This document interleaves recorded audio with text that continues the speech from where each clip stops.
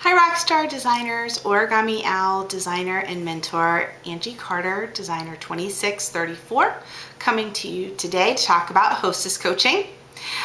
Okay, so we've all done it. We reserved the jewelry bar. We're excited. The date comes, we show up, and wah wah, not successful. And usually that reason is you haven't properly coached your hostess on how to be successful. So in order for your hostess to get what she wants, which is lots of free jewelry, and for you to get what you want, which is a great paycheck at the end of the week, you have to coach your hostess on how to be successful.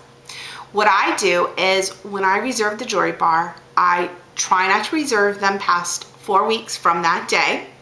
And then once a week for the next 4 weeks, I make contact with her, whether that's Facebook message, email, texting, or phone call, whatever works best for her.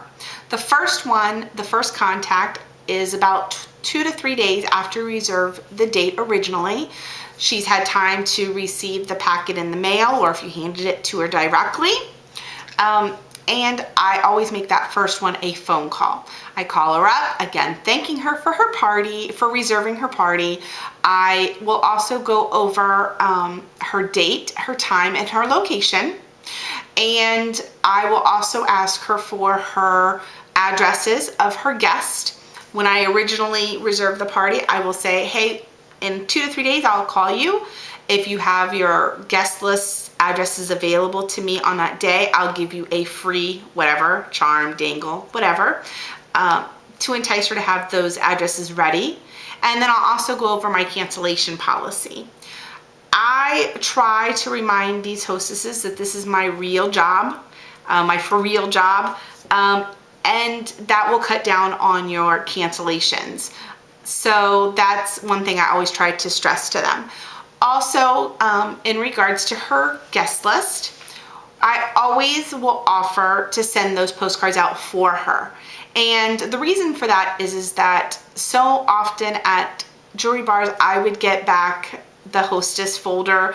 The hostess would give it to me and say, here, you can reuse these another time, and hand me the stack of invite postcards. And I was so disappointed that she didn't send them out. We pay for them, we want them to be mailed out, and she didn't. So when I started offering to mail them out for her, I realized that the attendance for jewelry bars went up. So again, I'll still do a Facebook invite or the evite or whatever she wants me to do, but it does not take the place of that actual postcard in the mail to those guests. I will also tell her on that phone call, when I mail out your postcards, I'm going to put a little owl sticker on one of your guest postcard, and if you can tell me at your jewelry bar which guest I did put that sticker on, I'll give you a free whatever, dangle, charm, whatever.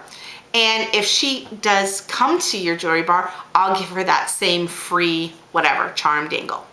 The idea here is that she's going to call every person on her guest list.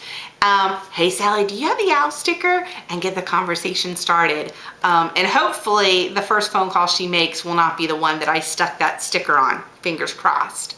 Okay, what else? And her wish list. It's so important to talk to her about her wish list, because of course, the more things that she wants free, that as you see her wish list grow, her guest list should grow as well. So that's very important. You have her thinking from the get-go about her wish list. So week 2 is that second phone call or email or text, whatever is easiest for her. During that contact, you want to also confirm her guest list status. Ask her if there's anyone she's forgot to give me the address for that I can send out a invite to. And you want to also talk to her about the way that we collect outside orders. Talk to her about placing an order on our website using her jewelry barcode. And then of course, let her know that you're always available to answer questions if she has any, or if her guests have any, that you're available. And then the third phone call, the third week, you're going to want to, again, ask her about the owl sticker. She found out who had that. Confirm her wish list, and ask her about setup. Find out, do I need to bring a table? Do you have a table? Let her know lighting is important wherever you're going to put me in your house. Make sure it's not dark. because our charms are so tiny. And better lighting is always always makes for a better location. Actually, my favorite place is the island in a kitchen. It's around the food where all the ladies like to hang out. It's around the wine, of course, that's popular, and it tends to have the best lighting. Okay, and then the last phone call should be the day before the jewelry bar. You want to, again, offer her any help or assistance. You're going to want to ask her if she has any last minute questions, confirm head count, and confirm the directions, letting her know what time you'll arrive. I'd like to arrive 30 minutes before the jewelry bar, but let her know what time you'll be arriving. Okay, also, in addition to that point of contact, either the phone, email, or texting every single week for the 4 weeks leading up, I also have a postcard system that I send out to her every week. It's just something that I created on Vistaprint. Very simple. The first one's just thanking her for booking the party, reserving her date. The second one, I think, is giving her ideas on who to invite: PTA, sports friends, parents of your children's friends, things like that. The third one, I think, is, I can't even remember. It's something else, being excited about the jewelry bar. And then the last one is an opportunity focused postcard. The point is that she's getting something from you every week in the mail, keeping her excited, thinking about her jewelry bar. She's going to think about it. She's going to talk to her friends. So that's important. The last thing I want to talk to you about is those girls that say, sure, I'll host a party, but only online, or a catalog party. So, of course, I try to encourage everyone to have an in-home jewelry bar, but sometimes it just isn't in the cards, and the hostess has it in her mind, no one's going to show up, or my house isn't clean enough, whatever. Okay, so I'll say, okay, sure, Sally, we can do a catalog party or a Facebook party, no problem. Why don't we go ahead and pick a date about 4 weeks from now where I can come over and go over all your free items and your hostess rewards. And I'll call it her closing date appointment. Do not call this a party. It's her closing date appointment. And what I'll do is I will still make contact with her every single week leading up, coaching her just like I would coach any other hostess, talking to her about her wish list, talking to her about outside orders, things like that. And about 2 weeks in, when hopefully she has a couple of orders that's come in, I'll say, you know what, Sally, this guest, A, B, C, and D, they've placed these orders. Why don't you invite them to your closing day appointment, just so they can see the product firsthand. And what I found with that is that sometimes they'll add to the order, raising your free items. So hopefully she'll say yes. And then a couple of days, maybe a week before her closing date appointment, I'll call her and I'll say, hey, Sally, I'm really excited about your closing day appointment on this day and time. Have you invited the guests that already ordered to come to the closing day appointment?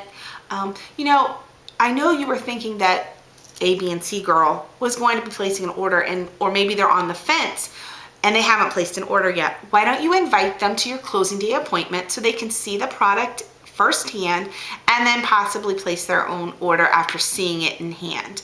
Hopefully she'll say yes. Everybody shows up to her closing day appointment, not party. And guess what? It turns into a party by accident. Shh, don't tell her it's a party. It's the closing day appointment.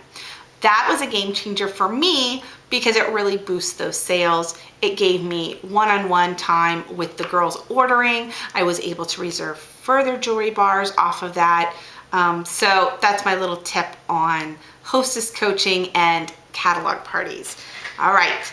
So I am wishing you lots of success with your hostess coaching. Today I am wearing our hostess teardrop locket with a few of my favorite charms, and our inscription hexagram with the longitude and latitude of where my husband and I met.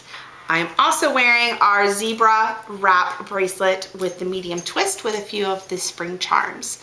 If you're watching this and you're not part of Origami Owl but you are interested, please give me a call at 813-210-1588 or text me. You can also send me an email or Facebook message at jajmcarter Carter, Carter, at verizon.net, and I would love to help you. Okay, rock stars, get out there and coach those hostesses.